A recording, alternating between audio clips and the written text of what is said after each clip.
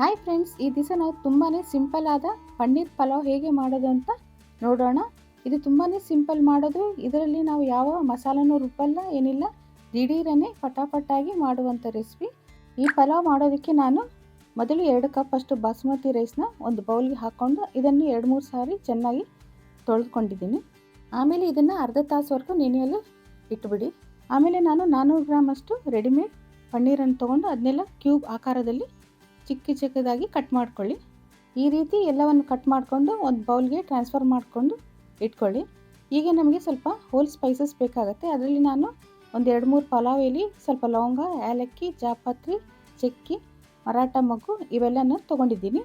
ತರಕಾರಿಯಲ್ಲಿ 1 ಕಪ್ಪಷ್ಟು green piece, 1 tomato ಹೆಚ್ಚಿಕೊಂಡಿದ್ದು, ಹಾಗೆ ಸ್ವಲ್ಪ ಪುದೀನ, ಹಾಗೆ ಸ್ವಲ್ಪ ಕೊತ್ತಂಬರಿ, ಹಾಗೆ ನಾನು 2 ಈರುಳ್ಳಿನ ಸಣ್ಣದಾಗಿ ಸ್ಲೈಸ್ ಮಾಡಿ ಇಟ್ಕೊಂಡಿದ್ದೀನಿ.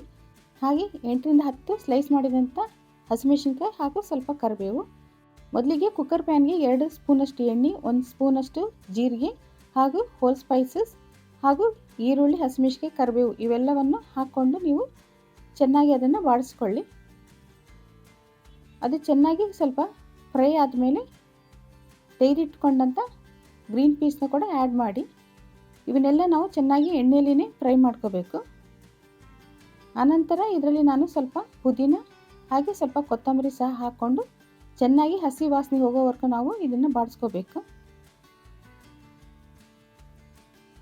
ನೋಡಿರಿ, 2 ನಿಮಿಷ ಚೆನ್ನಾಗಿ ನಾನು ಇದನ್ನ ಫ್ರೈ ಮಾಡ್ಕೊಂಡ್ಮೇಲೆ ಈಗ ಹೆಚ್ಚಿಟ್ಕೊಂಡಂಥ ಟೊಮೆಟೊ ಸಹ ಹಾಕ್ಕೊಂಡು ಅದು ಸಾಫ್ಟ್ ಆಗೋವರೆಗೂ ನಾವು ಚೆನ್ನಾಗಿ ಎಣ್ಣೆಯಲ್ಲಿ ಫ್ರೈ ಮಾಡ್ಕೋಬೇಕಾಗತ್ತೆ. ಈಗ ನೋಡಿ ಚೆನ್ನಾಗಿ ಫ್ರೈ ಆಗಿದೆ. ಈಗ ಅರ್ಧ ಚಮಚದಷ್ಟು ನಾನು ಅರಿಶಿನ ಪುಡಿ ಹಾಗೂ ಖಾರಕ್ಕೆ ನಾನು ಅರ್ಧ ಚಮಚದಷ್ಟು ಖಾರ ಪುಡಿ ಸಹ ಹಾಕ್ಕೊಂಡಿದ್ದೀನಿ.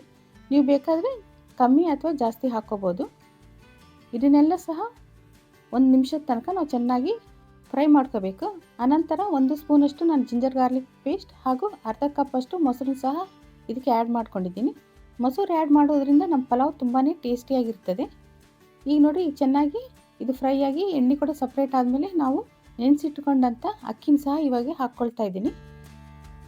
ನಾವು 2 ನಿಮಿಷವರೆಗೂ ಈ ರೀತಿ ಚೆನ್ನಾಗಿ ಕಲಿಸ್ಕೊತಾ ಇರಬೇಕು.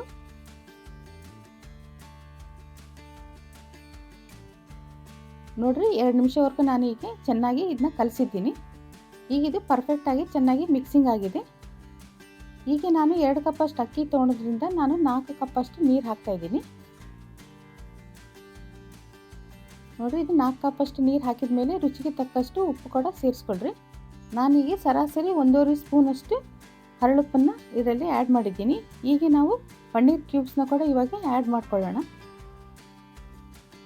ನೋಡಿರಿ, ಈಗ ಪನ್ನೀರ್ ಕ್ಯೂಬ್ಸ್ ಹಾಕಿದ ಮೇಲೆ ನಾವು ಭಾಳ ಅದನ್ನ ಮಿಕ್ಸಿಂಗ್ ಮಾಡಬಾರ್ದು. ಸ್ವಲ್ಪನೇ ಸ್ಲೈಟಾಗಿ ಚೆನ್ನಾಗಿ ಕಲಸಿ ಇವಾಗ ನಾನು ಅದ್ರ ಮೇಲೆ ಸ್ವಲ್ಪ ಗರಂ ಮಸಾಲನ ಕೂಡ ಸ್ವಲ್ಪ ಸ್ಪ್ರಿಂಕಲ್ ಮಾಡ್ತಾಯಿದ್ದೀನಿ.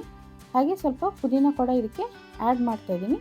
ಈಗ ಕುಕ್ಕರ್ದು ಲಿಡ್ಡನ್ನು ಕ್ಲೋಸ್ ಮಾಡಿ 2 ವಿಸಿಲ್ಸ್ ಬರೋವರೆಗೂ ನಾವು ಇದನ್ನ ಚೆನ್ನಾಗಿ ಕುಕ್ ಮಾಡಬೇಕಾಗತ್ತೆ. ನೋಡಿರಿ, ಈಗ 2 ವಿಸಿಲ್ಸ್ ಬಂದಿದೆ. ನೋಡಿರಿ, ಇವಾಗ ನಮ್ಮ ಪಲಾವ್ ಪರ್ಫೆಕ್ಟ್ ರೀತಿಯಲ್ಲಿ ರೆಡಿಯಾಗಿದೆ. ಹಾಗೂ ಇದರ ಆರೋಮ ಕೂಡ ತುಂಬಾ ಸೊಗಸಾಗಿ ಬರ್ತಾ ಇದೆ.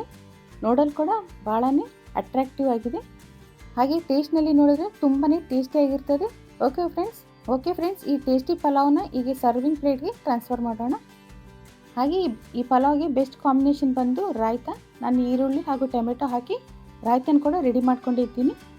ಬಹಳನೇ ಬೇಗ ರೆಡಿಯಾಗುವಂಥ ಟೇಸ್ಟಿ ಪನ್ನೀರ್ ಪಲಾವ್ ಖಂಡಿತವಾಗಿ ಒಮ್ಮೆ ಟ್ರೈ ಮಾಡಿ ನೋಡಿ. ನಿಮ್ಮ ಮನೆಯಲ್ಲೇನೂ ಎಲ್ಲರಿಗೂ ಇಷ್ಟ ಆಗುತ್ತೆ. ಓಕೆ ಫ್ರೆಂಡ್ಸ್, ನಿಮಗೆ ಈ ವಿಡಿಯೋ ಇಷ್ಟ ಆದರೆ ಕಮೆಂಟ್, ಶೇರ್ ಮಾಡೋದನ್ನು ಮರಿಬೇಡಿ. ಹಾಗೂ ನೀವು ಮೊದಲನೇ ಸಲ ನನ್ನ ವಿಡಿಯೋ ನೋಡ್ತಾ ಇದ್ದರೆ ಸಬ್ಸ್ಕ್ರೈಬ್ ಮಾಡೋದು ಮರಿಬೇಡಿ. ಮತ್ತೆ ಸಿಗೋಣ ಇನ್ನೊಂದು ರೆಸಿಪಿಯಲ್ಲಿ. ಅಲ್ಲಿವರೆಗೂ ಟೇಕ್ ಕೇರ್, ಬಾಯ್.